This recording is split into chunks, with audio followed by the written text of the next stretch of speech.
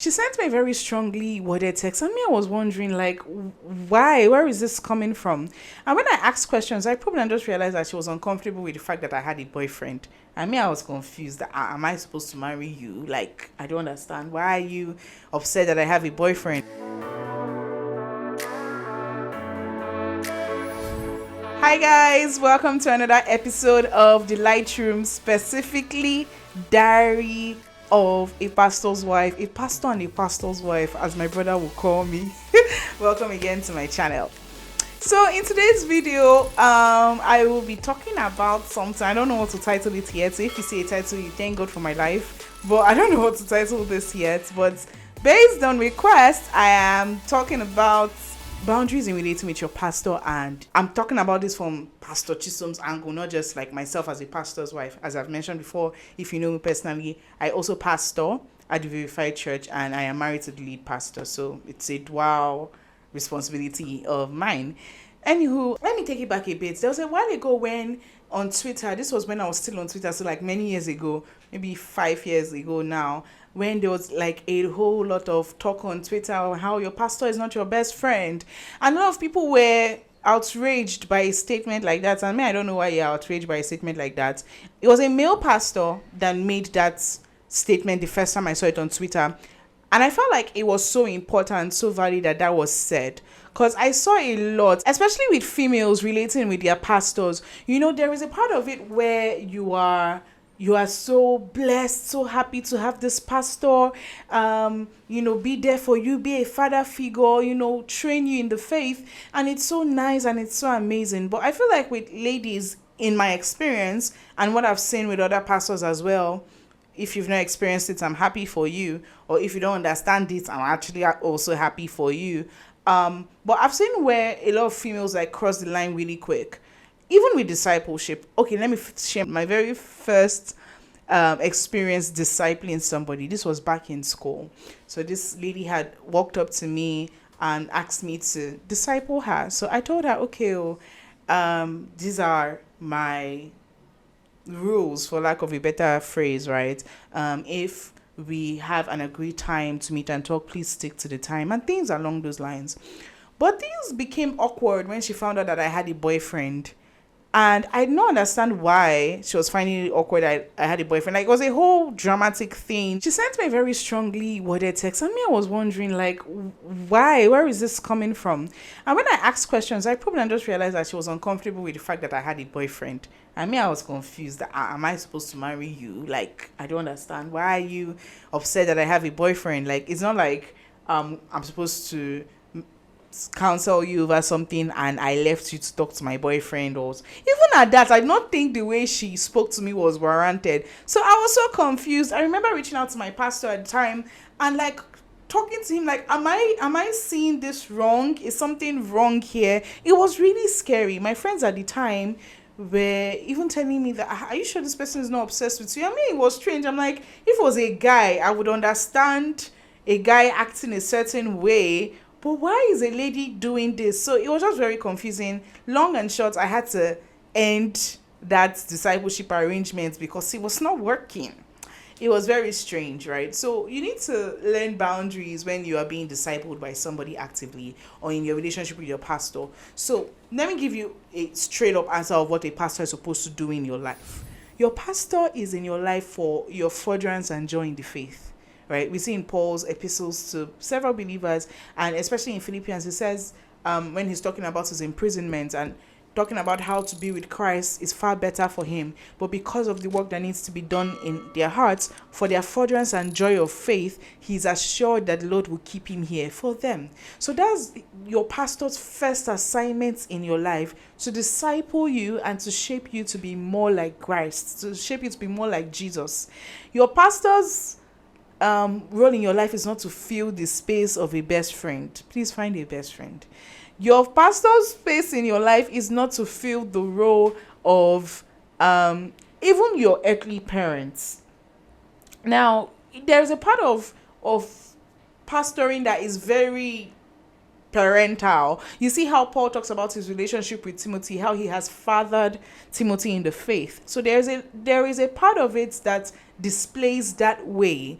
But your pastor cannot fill gaps that your earthly parents have left. That's a huge shoe for your pastors to fill. And to be honest, God graciously makes room for your pastors to be able to bridge certain gaps, especially like maybe you've been in a situation where you've not really understood what a father's love looks like because of your experiences. And then you come to this family of faith, and then you're seeing a pastor labor over you like a father would labor over his children, or you're seeing a pastor labor over you like a mother would labor over her children. It's a beautiful thing and a gift to the body. But placing demands that you would place, rightly so, on your parents, or expectations that you will place on your parents, on your pastor, is unrealistic and unfair. Because how many children does your pastor realistically have? Let's say your pastor is pastoring a church of 1,000 people. How many birthdays would he keep in his head? Right?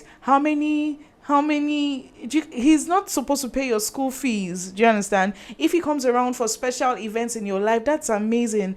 But that you will be as angry that he did not show up the way you'll be angry that your own dad did not show up is unfair, and it's an unmatched expectation. Your pastor's primary assignment in your life is for your furtherance and joy in the faith. Now, if you have a great relationship with your pastor and it happens to be spilling over to other areas of your life, please, I beg you, don't take it for granted. It's because people take things like this for granted that pastors become reserved and don't really have tight relationship with their church members. It's not like your pastor is trying to be a snob, your pastor is trying to be overly private. They know it's in their eye, don't see. So know the boundaries. Your pastor is not your best friend in that regard. If you are so fortunate that your pastor is actually your real life best friend, kudos to you. I'm very happy for you. My own pastor is my best friend because my pastor is my husband, so we thank the Lord. But my husband is not your best friend. Oh, he's not your best friend. Please don't.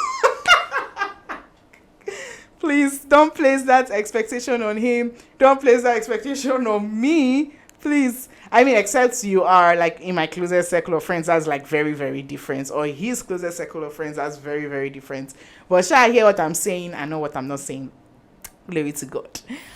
Another thing that I've kind of learned about friendships and being a pastor or being a pastor's wife is we really need friendships. We really do need friendships.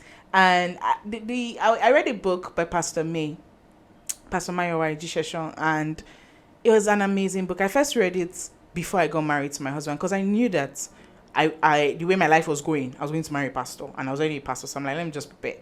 So I read her book, and it's honestly beautiful. If you are a pastor, you're a pastor's wife, or you love your pastor's wife, or you have pastor wife friends, please read the book. You get to understand our life better. Our life is very dynamic. There are many struggles experiences, joys, even that the average married couple would go through that the average married couple cannot relate to when it comes to pastoral relationships. There are just so many dynamics in our lives. And as I've said before, I'm not complaining. This is a diary, just so you get gist, you understand. And one day, if you're in my shoes, you learn from my experiences and not have to make mistakes in your own life. Okay. So I was reading that book and I just realized how pastoring really can be a lonely road, because many times you are there for people and sometimes people forget that you have things that you are dealing with. You know, everybody is calling you, oh, pastor, this, my dog died, my cat is coughing, my grandma is this, my uncle is that. Like, everybody brings their problems to you, and as I've said over and over again, God engraces us to be there for people. It's not a pastoral thing to be dealing with your own issues and you may have just finished crying to God in prayer, Father, why me? Father, me, why? And then somebody calls you and then you're full on praying in the spirit, rebuking one demon that's trying to cause trouble and just settling issues in other people's lives when there is fire under your own bum. So it's a very, very real concept, and it's only possible by the grace of God. But it can get very lonely when you pour out and you don't actively get poured back into. So something I have learned as a pastor and a pastor's wife is to take friendships seriously and learn to define friendship. So when I have friends come around me, I've been grace to have people just come around me and warm up to me, right? And we eventually become close. I'll be honest to admit that it takes a long time for me to warm up to somebody that's not originally in my space, because as I've said, I've seen Shege before and I'm not willing to see again.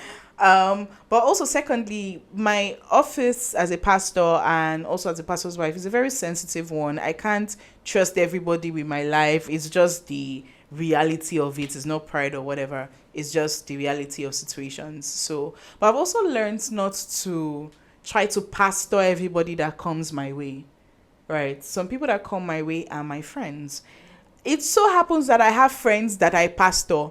It's very interesting. Like, I have friends that are serving with me in church, and because of church structure, I get to lead them, which is amazing that we can even still stay friends in that context. But I've learned not to be pastoral in every conversation of ours. Do you understand? Like, many times, if they prefer to call me Pastor Chisom, I prefer Pisom, because for me, Pisom is just more relaxed. It's more, oh, I know you, you know me, right? I will not force you to call me my name if you're uncomfortable by that. But like, there are many contexts where sometimes I just saw my friend, like there's a particular friend of mine, we were talking about something very, very, like we have been close for a long time. And then she kept calling me Pastor Chisom in a certain tone. And I'm like, it was more distracting hearing that than what she was saying. I was like, those, please just call me my name.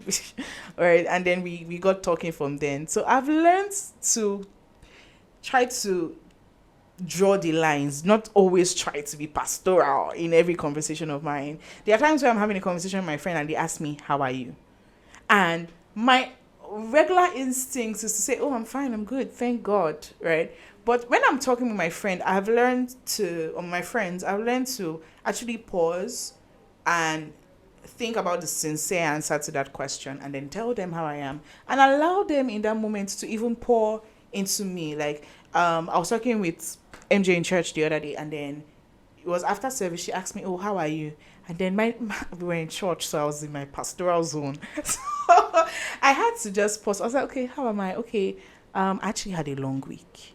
And then I talked to her about my week, and then we prayed together, and it was very warm, and I was encouraged. Like, two sides of a coin. Yeah, in my church, you can bless me. You're also my friend. So it's like a very good rapport. So very good. But so if I try to be pastoral and all, there are times when we have very pastoral like conversations, like, oh, MJ, church, I mean, this needs to be done. But there are times where it is MJ and people that are friends and it's really chill. Same with Chika. Chika is a deacon in our church and he's the head of media. There are times where we have very media admin related conversations. And there are times where I'm like, my G. I've learned to enjoy both. And I'm just grateful to God for the kind of friends I have and how we're able to switch through both very seamlessly. There's no like timer. The switch just happens. I think it's practice over time too. Like, we're used to it. But there are also some of my friends that are not in church. We don't have any ministerial tie, and I don't want to. You don't have to force any ministerial tie to it. Like, it's okay having friends that are just your friends. And you may be wondering, oh, where can I find these friends? I understand if you're in ministry and it feels lonely for you, like you can't trust anybody, or your trust has been, betrayed before. Trust me, I really, trust has been betrayed, trust me. I really understand what that feels like. But what I've done is to shoot friendship shots. I win some, I lose some. There are some of my friendship shots that are still sitting pretty in some people's DMs for how many years now. But one of my closest friends today, shout out to you, Pastor Burr. One of my closest friends today was from a friendship shot. I just saw her, I said, I'm woman of God. I think this was even before she became a pastor, I think. But I said, oh God, I just like you. I like the way you do your things. Yeah, cool kid and stuff. She calls herself a cool kid. So, like, I was like, I like the way you do your things. You're so cool. You just do big things easily, just like that. I'm like, I like you. I want to learn from you. I want to be your friend. And I wrote a very intentional, crafted message to her. I said, please, this is a friendship shot. I want to be your friend. That's why I'm sending you this message. And I sent it to her, and I crossed my fingers, and I just realized, she was like, oh my God, I meant to reach out to you too. I was like, hey, I don't blow. Anyway, fast forward to now, we are really great friends. We started our friendship from different cities. Now, whenever we are in each other's cities, we make sure we see ourselves. In fact, the first time I traveled to Abuja, she was a main reason why I wanted to see her for the first time, and she was living in Abuja at the time. And I mean, it's been a beautiful friendship. If I want to now say, oh, all my friends must come my way, it won't really work that way. And if I want to say, oh, because this person has hurt me, I will never open my doors to anybody again, there's so much on love I would have missed out of if I was that way. So I'll wrap up this episode right now. If you want me to talk about something else in the life and bubble of being a pastor and a pastor's wife, let me know in the comment section. But for today, this is the end of Diary of a Pastor's Wife, or Diary of Pastor Pistol. Thank you for coming to my, is it pep talk or TED talk or diary talk or diary session? I don't know which one it is, but thank you for coming. Please, if you have not subscribed, I don't know why you're watching and not subscribing. Help my life. Subscribe. Let me not use you as example in my next video that woes of being a pastor. People don't used to subscribe after all your labor. Please don't let me use you as example. Please subscribe. Okay, like, share, tell everybody to tell everybody. Thank you so much. I love you guys. Bye.